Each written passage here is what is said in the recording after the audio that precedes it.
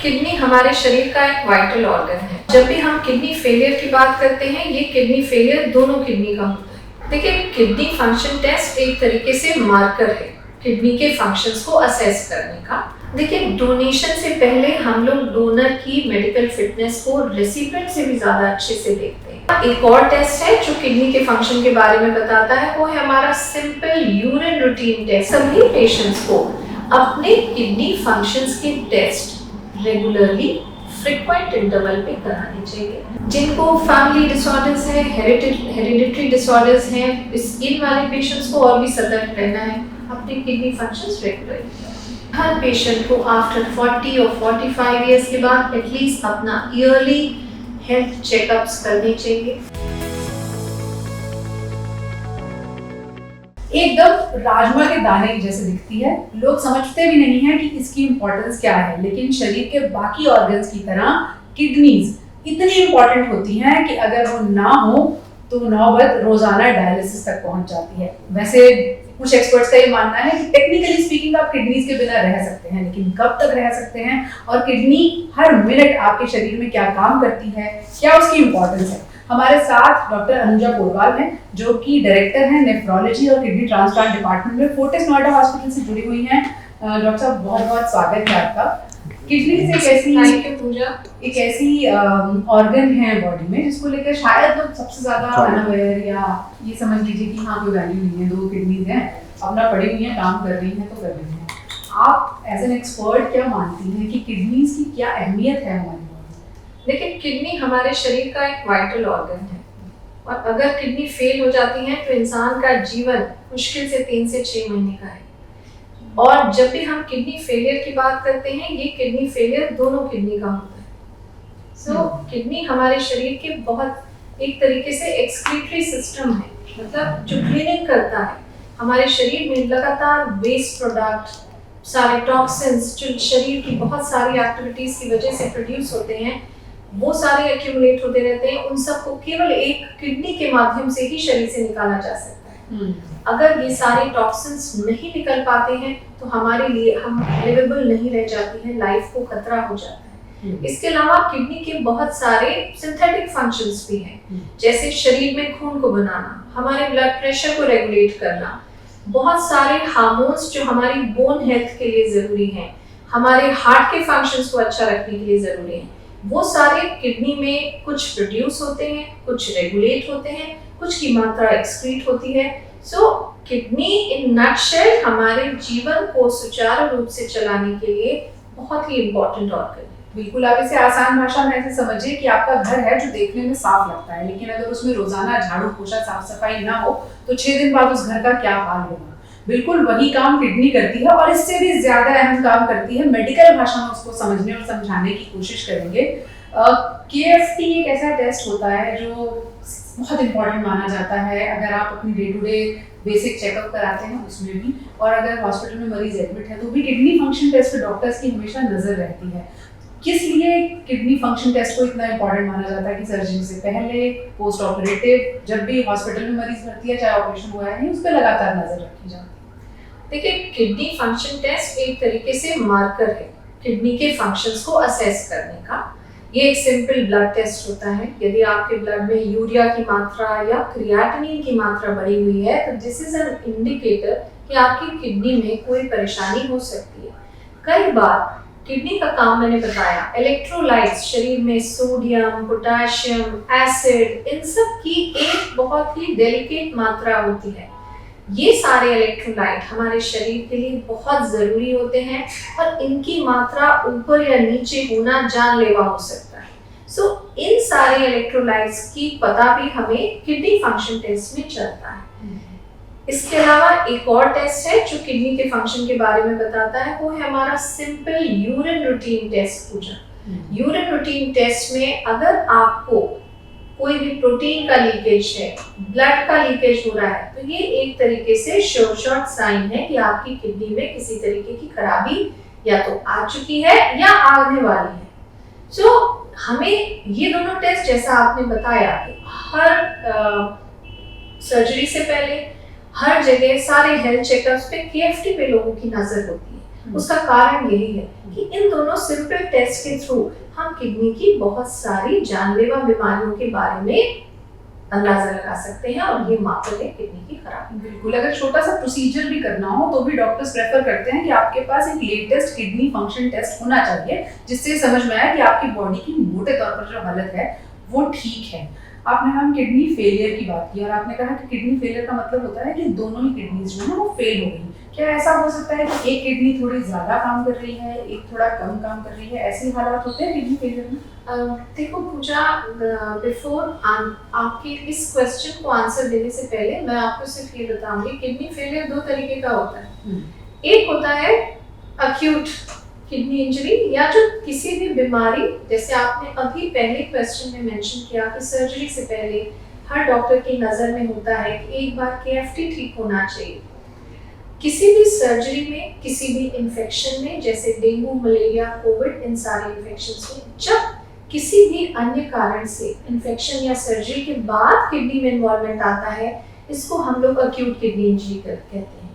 ये एक reversible kidney involvement है और जैसे ही मरीज को प्रॉपर ट्रीटमेंट मिलता है ये कारण ठीक हो जाते हैं, यानी किडनी रिकवर हो जाती है। इफेक्ट आता है। हाँ, लेकिन किडनी की कुछ बीमारियां ऐसी होती हैं जो किडनी को परमानेंटली धीरे धीरे करके कई सालों में, कई महीनों में किडनी के फंक्शंस को कमजोर कर देती है। ये जो किडनी की खराबी है इसे CKD कहते हैं या किडनी फेलियर कहते हैं। अब क्या ऐसे हो सकता है, किडनी फेलियर दोनों किडनी की खराबी है, बट हाँ कुछ कंडीशंस में, जैसे स्टोन डिजीजेस में कोई एक किडनी के अंदर स्टोन फंसा रह गया और वो किडनी का फंक्शन बिल्कुल खत्म हो गया, पर दूसरी किडनी जो कि स्वस्थ थी वो अभी भी बेटर काम कर रही है। लेकिन जब भी कभी ऐसे होता है कि आपकी एक किडनी में बहुत ज्यादा इन्वॉल्वमेंट आता है किसी भी कारण की वजह से, तो दूसरी किडनी भी प्रभावित होने लगती है और ये इवेंचुअली क्रोनिक किडनी डिजीज या किडनी फेलियर में लैंड करते हैं। जैसे आपने कहा कि एक किडनी स्टोन्स की वजह से पूरी तरह डैमेज हो गई लेकिन दूसरी लगातार चल रही है, तो ऐसे केसेस में डायलिसिस की जरूरत नहीं पड़ती?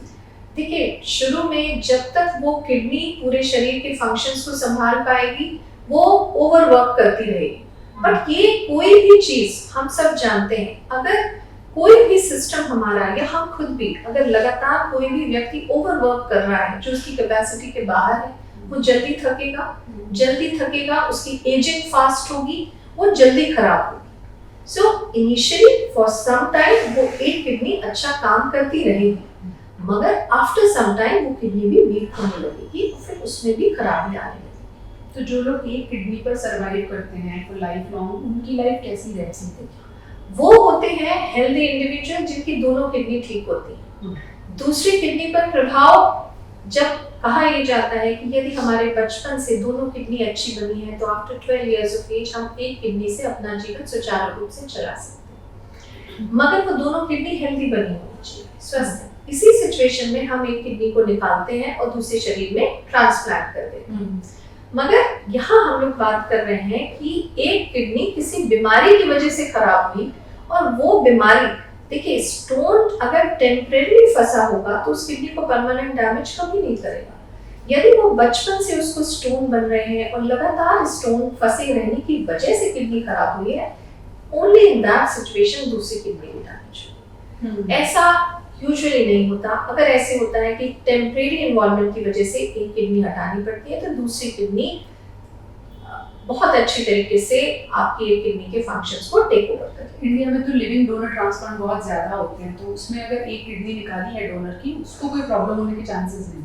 देखिए, डोनेशन से पहले हम लोग डोनर की मेडिकल फिटनेस को रेसिपिएंट से भी ज्यादा अच्छे से देखते हैं। रेसिपिएंट से मेरा मतलब है कि जिस व्यक्ति को या जिस परिवार के संबंधी को हम ये किडनी लगाने वाले हैं, सो वो क्योंकि उसको उसकी दोनों किडनी खराब है, उसे किडनी की आवश्यकता है, मगर एक जो व्यक्ति अपने जीवित रहते हुए अपने शरीर से एक अंग उसको दे रहा है, उसकी फिटनेस का बहुत मेटिकुलस एग्जामिनेशन होता है। यदि उसके दोनों किडनी के फंक्शन अच्छे हैं तभी उसकी एक किडनी दूसरे के शरीर में लगाते हैं, और एक किडनी डोनेट करने के बाद उस व्यक्ति का जीवन, जो ऐसे इंडिविजुअल्स हैं जो उसी के एज ग्रुप के हैं, जिनके जिन्होंने अपनी किडनी नहीं डोनेट की है, ऐसे लोगों के केस बराबर ही उसका जीवन रहता है। हालांकि आपको सरप्राइज होगा ये जानकर कि जो स्टडीज है उनमें देखा गया है कि जिस व्यक्ति ने अपनी एक किडनी डोनेट की, उसकी लाइफ एक्सपेक्टेंसी जो नॉर्मल इंडिविजुअल है उनके कंपैरिजन में लंबी रही। ऐसा क्यों? मुझे उसका सिर्फ एक कारण समझ में आता है कि वो लोग अपनी हेल्थ के लिए ज्यादा सतर्क हो गए, ज्यादा जागरूक हो गए, उन्होंने अपनी हेल्थ को सीरियसली लिया, उन्होंने लाइफस्टाइल अपनी अच्छी रखी, लगातार अपनी मॉनिटरिंग रखा एंड उन्होंने अच्छी जिंदगी जी। ये बड़ी इंटरेस्टिंग बात है, जिनके पास दो हैं उनको कोई फर्क नहीं पड़ रहा, लेकिन जिसने एक दे दिया उसको पता है कि मुझे इस एक को संभाल के रखना है। आइडियली दोनों को संभाल के रखना जरूरी है।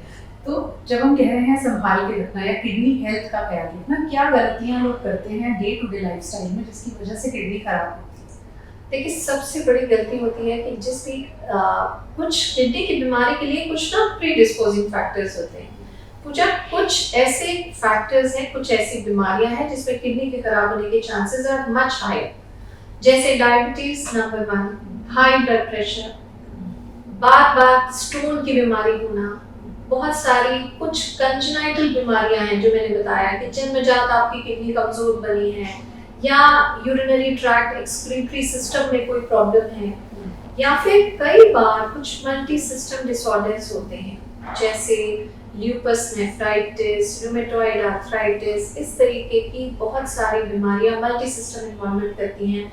इनमें भी सेकेंडरी इन्वॉल्वमेंट किडनी का हो सकता है। इसके अलावा किडनी की कुछ अपनी बीमारियां होती हैं जिन्हें हम ग्लोमेरुलोनेफ्राइटिस कहते हैं। ये अगर अनडिटेक्टेड, अनडायग्नोज्ड रह जाती हैं तो भी किडनी खराब हो सकती है। सबसे लास्ट कॉज है कंजेनाइटल बीमारियां, जैसे पॉलीसिस्टिक किडनी डिजीज है। ये फैमिली में रन करती है। इसमें अगर किसी भी एक इंडिविजुअल को पता है कि मुझे किडनी, हमारे परिवार में सिस्ट की प्रॉब्लम है, तो और परिवार के मेंबर्स को भी होने के 85% चांसेस होते हैं।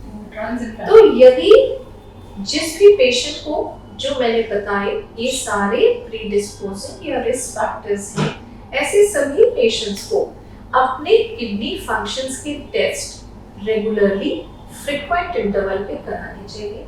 ये फ्रीक्वेंट इंटरवल 2 से 3 महीने का होता है एंड अगर फंक्शन स्टेबल चलते हैं तो आप 6 मंथ्स या 1 ईयर करना चाहिए। शुगर और डायबिटीज एक तरीके की लाइफस्टाइल रिलेटेड डिजीज है। उनका बहुत अच्छा कंट्रोल करना है, उनके चेकअप्स करने हैं, प्लस उनकी दवाइयों को प्रॉपर्ली लेना है। अगर आपको स्टोन या इस तरीके के मल्टी सिस्टम डिसऑर्डर है, इनको आपको अच्छे से स्पेशलिस्ट के कंसल्ट करके अलॉन्ग विद किडनी स्पेशलिस्ट इनकी मेडिकेशंस प्रॉपर तरीके से लेनी है। अगर डिजीज अंडर कंट्रोल में रहेगी तो दूसरे ऑर्गन के इन्वॉल्वमेंट की संभावना, किडनी के इन्वॉल्वमेंट की संभावना कम हो जाएगी। अगर आपको टाइमली किडनी में जो फोर्थ कॉज मैंने बताया ग्लोमेरुलोनेफ्राइटिस, जो किडनी की अपनी बीमारियां हैं, इन बीमारियों का पता आपको एक सिंपल से किडनी फंक्शन टेस्ट और यूरिन रूटीन से चलता है। कोई भी अगर प्रोटीन या ब्लड का लीकेज है, आपको तुरंत नेफ्रोलॉजिस्ट को कंसल्ट करना है, उसको मॉनिटरिंग में रखना है और सही समय पे दवाइयां शुरू करनी है। जिनको फैमिली डिसऑर्डर्स है, हेरिडिटरी डिसऑर्डर्स हैं, इन वाले पेशेंट्स को और भी सतर्क रहना है, अपने किडनी फंक्शंस रेगुलरली। अगर हम इतना करते हैं तो किडनी की बीमारी को बढ़ने से पहले ही, बहुत पहले वी कैन स्टॉप। क्या ऐसे आम लोगों को शायद बीमारियों के नाम ना पता हो, लेकिन ऐसे क्या सिम्टम्स होंगे जिनको देखकर वो पहचान सकते हैं कि हाँ हमारी किडनी में कोई इशू आ सकता है, या वो कुछ उन्हें हिंट मिल जाए? ये बहुत अच्छा सवाल है पूजा आपका। अब इसका मेरे पास बहुत पॉजिटिव आंसर नहीं है, तो मैं इसलिए बोल रही हूँ कि किडनी की बीमारी को साइलेंट डिजीज कहते हैं। It is called silent killer. इसका रीजन सिर्फ ये है कि इसके जो सिम्टम्स होते हैं बिगनिंग में नॉन स्पेसिफिक होते हैं। दैट मीन्स वो सिम्टम्स बहुत सारी और बीमारियों में भी मिलते हैं।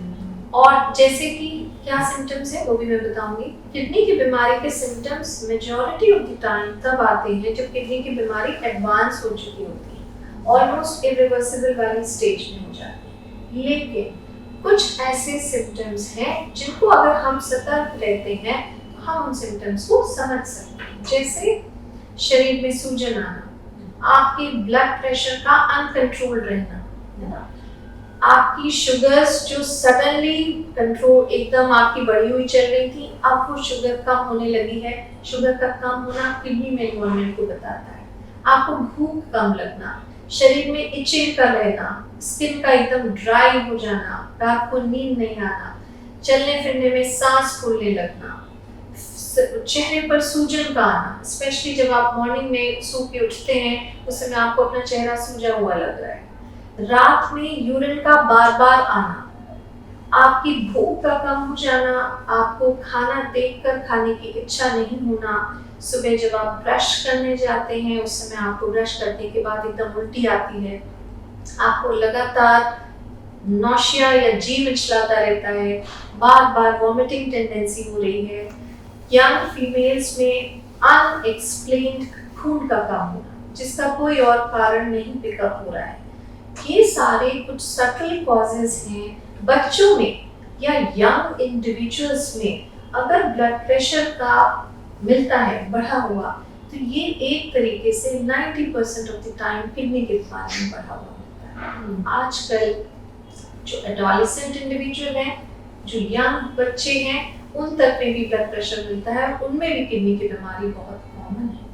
तो ये सारे कुछ सटल पॉइंटर्स हैं जिन पे अगर हम थोड़ा सा अटेंशन रखें तो शायद हम 50 to 70% किडनी की बीमारी को बहुत जल्दी पिकअप कर पाएं।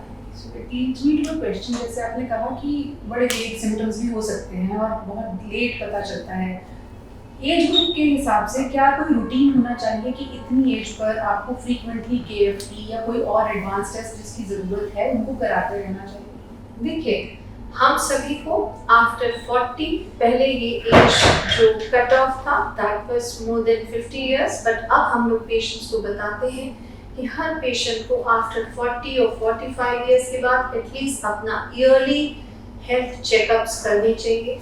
लेकिन जो प्री डिस्पोज्ड ग्रुप हैं, ऐसे इंडिविजुअल्स को अपने specially diabetes and blood pressure वाले, स्टोन वाले पेशेंट्स, इनको हर 3 से 6 महीने में किडनी फंक्शंस करने चाहिए। डायबिटीज वाले मरीजों को यूरिन में प्रोटीन का एक टेस्ट होता है जिसे हम माइक्रोएल्बुमिन कहते हैं। ये टेस्ट किडनी की बीमारी का एक शॉर्ट साइन होता है। इस टेस्ट को हर 6 महीने से साल भर में जरूर करना चाहिए जैसे ही आपको डायबिटीज का डायग्नोसिस बनता है, क्योंकि डायबिटीज का डायग्नोसिस भी कई बार 3 से 5 साल का डिलेड प्रेजेंटेशन हो सकता है। ये तो किडनी टेस्ट की बात हुई। ऐसा माना जाता है कि जो लोग बहुत दवाएं खाते हैं उनको इवेंचुअली वो किडनी पर असर करती हैं। ये बात कितनी सच है और इस नुकसान को या दवाओं के साइड इफेक्ट को कैसे टाला जा सकता है? ये एक्चुअली ट्रुथ है कि अगर आप कोई भी दवा को बहुत लंबे समय से बिना सुपरविजन और मॉनिटरिंग के खाते रहते हैं तो आपकी किडनी में डैमेज होने के चांसेस बहुत हाई होते हैं। स्पेशली पेन किलर्स, अगर आप इनडिस्क्रिमिनेट पेन किलर बहुत लंबे समय तक खाते रहते हैं तो किडनी में डेफिनेटली खराबी आती है। इसके अलावा बहुत सारी अननोन मेडिकेशंस हैं जिनके बारे में पता नहीं है। बहुत तरीके की, बहुत सारी हर्बल, बहुत सारी अननोन मेडिकेशंस, होम्योपैथिक या कोई भी ऐसी दवाइयाँ हैं जिनके बारे में आपको जानकारी नहीं है या उसके एक्सपर्ट के कंसल्टेशन के बिना आप उन दवाइयों को लंबे समय तक खा रहे हैं, तो इन सब दवाइयों से किडनी के खराब होने के चांसेस बहुत होते हैं। जैसे आपने कहा लंबे समय तक, तो एक हम कोई बेंचमार्क लेंगे कितना समय अगर आप पेन किलर्स खा रहे हैं तो वो लंबा समय। जिन पेशेंट्स को घुटनों का दर्द रहता है, आर्थराइटिस के मरीज हैं, एल्डरली पेशेंट्स हैं, कमर में घुटने में कोई भी दर्द है, हर दिन एक गोली खा लेते हैं, कई बार एक आदत 2-2 बार। मैं बोलूँगी कि आदत तो नहीं, शायद तकलीफ, जो उनको दर्द की तकलीफ जिसकी वजह से उनकी डेली लाइफ हैम्पर होती है, ये एक मुख्य कारण होता है जिसकी वजह से वो बेचारे हर दिन एक दवा खा लेते हैं। बट हमें कोई भी दवा, पेन किलर्स को भी, आप अगर को लगातार दर्द की दवाइयों की आवश्यकता पड़ रही है तो आप किसी एक्सपर्ट को कंसल्ट करें। कुछ इस तरीके के पेन किलर्स अवेलेबल हैं जो आपकी किडनी के लिए सेफ हैं। ऐसे पेन किलर्स आपको बताए जा सकते हैं जो आप लंबे समय तक ले सकते हैं। माइग्रेन के पेशेंट्स हैं, आर्थराइटिस के पेशेंट्स हैं, इन पेशेंट्स को, ट्रॉमा का पेशेंट है जिसको कभी कोई एक्सीडेंट हो गया, वो हील नहीं हुई है बोन, उन्हें पेन किलर्स लेने पड़ते हैं, ऐसे सभी पेशेंट्स एक्सपर्ट से कंसल्ट करके ऐसे पेन किलर्स का इस्तेमाल करें जिससे किडनी को नुकसान ना हो। 6 महीने को हम लंबा समय माने? हम 1 महीने को भी लंबा समय मानते हैं, क्योंकि बहुत सारे पेन किलर्स जो स्ट्रॉन्ग पेन किलर्स हैं, वो सारे पेन किलर्स किडनी को डेफिनेट नुकसान पहुंचाते हैं। यदि पेशेंट एल्डरली है तो उसको असर महीने में दिखाई पड़ने लगेगा, यदि यंग पेशेंट है उसको 6 महीने में दिखेगा, बट फर्क सब पेशेंट्स को आएगा, डैमेज हर किसी में। अब उन लोगों की बात करते हैं जो पेन किलर तो नहीं लेते लेकिन मल्टीविटामिन्स लेते हैं। मल्टीविटामिन्स का किडनी के साथ किस तरह का एसोसिएशन है?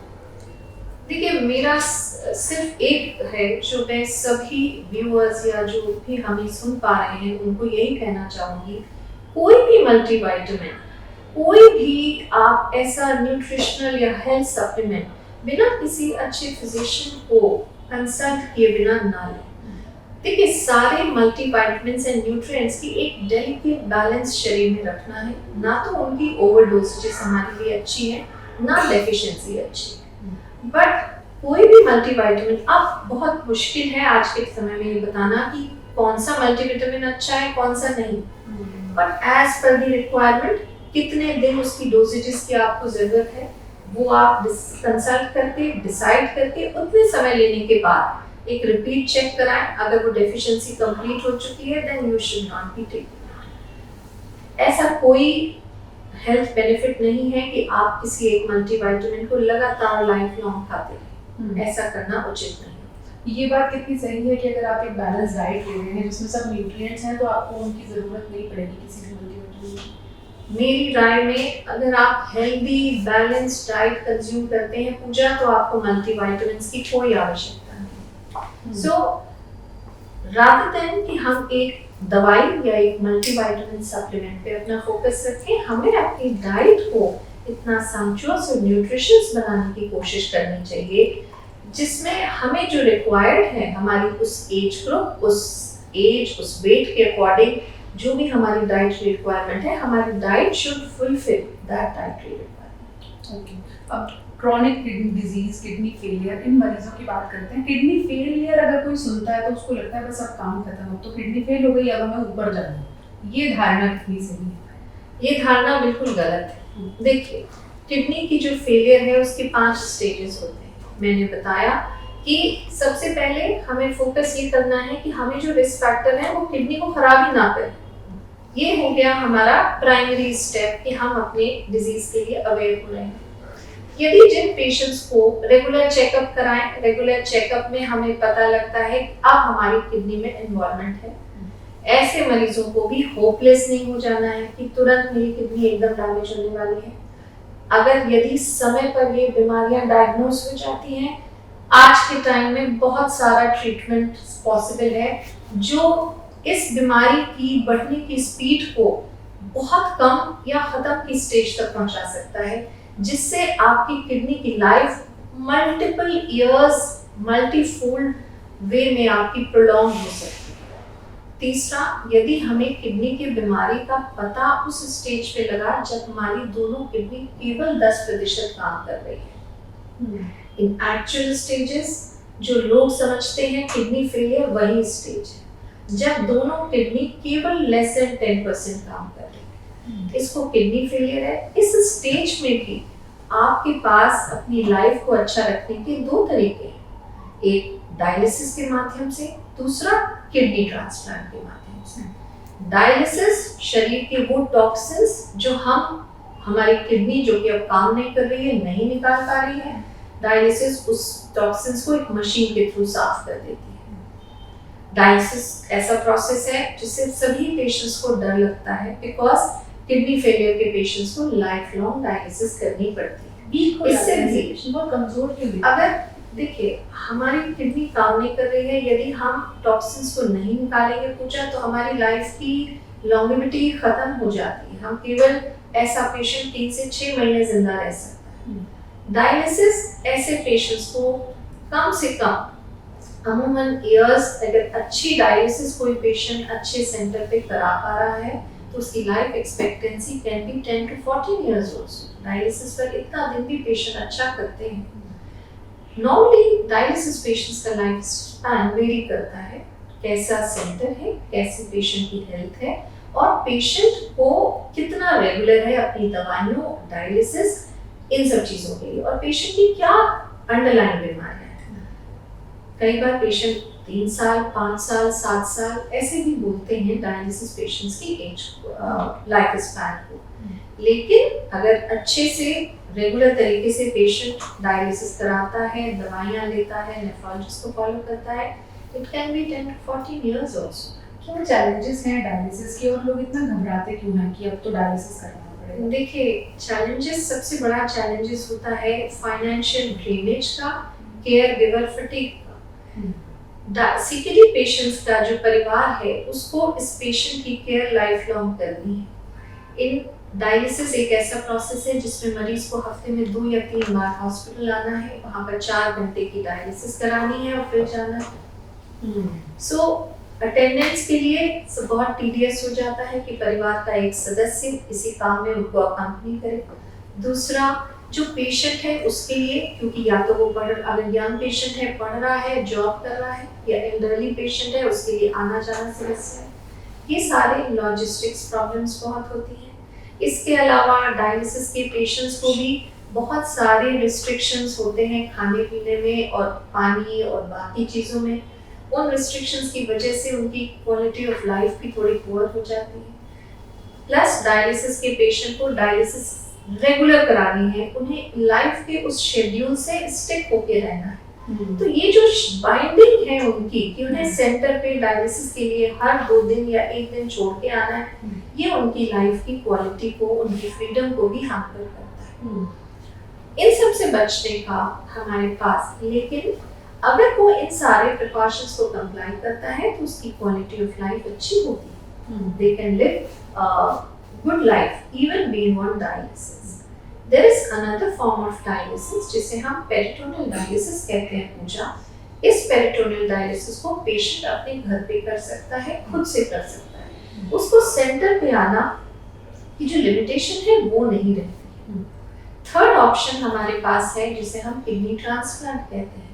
This is the best possible treatment for kidney failure patients। इसमें आपके शरीर में एक दूसरी किडनी जो किसी के शरीर से या फिर एक किसी कैडेवर से आ रही है, वो हम शरीर में नया किडनी लगा देते हैं। जो प्रीवियस दोनों किडनी है वो वैसे ही रहती हैं। इस किडनी को, ये किडनी पूरे शरीर का फंक्शन टेक ओवर कर लेती है। पेशेंट की रीनल फंक्शंस नॉर्मल हो जाते हैं, उसको उसका खून बनने लगता है, ब्लड प्रेशर कंट्रोल हो जाता है, खाने पीने के रिस्ट्रिक्शंस जो हैं वो ख़त्म हो जाते हैं। वो अपने आप को ज़्यादा एनर्जेटिक फील करता है, अपनी जॉब को, अपनी लाइफ को ज़्यादा टाइम दे पाता है, अपने वेकेशंस प्लान कर सकता है, अपना फाइनेंशियल बर्डन बचा सकता है। क्या कुछ लिमिटेशंस हैं किडनी किसी ने किडनी ट्रांसप्लांट करा है तो उसके बाद जिंदगी में कुछ रिस्ट्रिक्शंस, कुछ लिमिटेशंस? केवल एक रिस्ट्रिक्शंस है कि अपनी दवाइयों को, ट्रांसप्लांट मेडिकेशंस को लाइफ लॉन्ग लेना है, हेल्दी लाइफस्टाइल मेंटेन करना है, प्लस अपने आप को बहुत ज़्यादा क्राउडेड एनवायरनमेंट, इन्फेक्टेड प्लेसेस, इन सब से जहाँ तक है बचाना।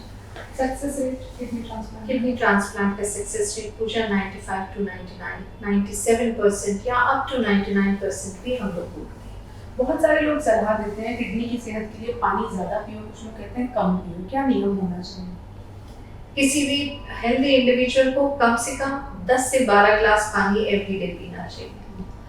किडनी के पानी ना पीने की सलाह केवल उन मरीजों को है जिनकी किडनी खुद कमजोर हो चुकी है और अब वो अपने शरीर का पानी और टॉक्सिन नहीं निकाल पा रहे। वरना सभी हेल्दी इंडिविजुअल्स को कम से कम 8 से 12 ग्लास पानी हर दिन अवश्य पीना चाहिए। जिसने डोनेट की है किडनी उसके लिए जो डोनर होता है उसकी कोई दवा नहीं चलती है, वो बिल्कुल हेल्दी अपनी लाइफस्टाइल रख सकते हैं। उनको किसी भी तरीके की, हाँ, केवल ब्लड प्रेशर मॉनिटरिंग की सलाह हम लोग देते हैं एक किडनी निकलने के बाद, और अपने रूटीन इन्वेस्टिगेशन 1 साल से 2 साल के इंटरवल पे करने की।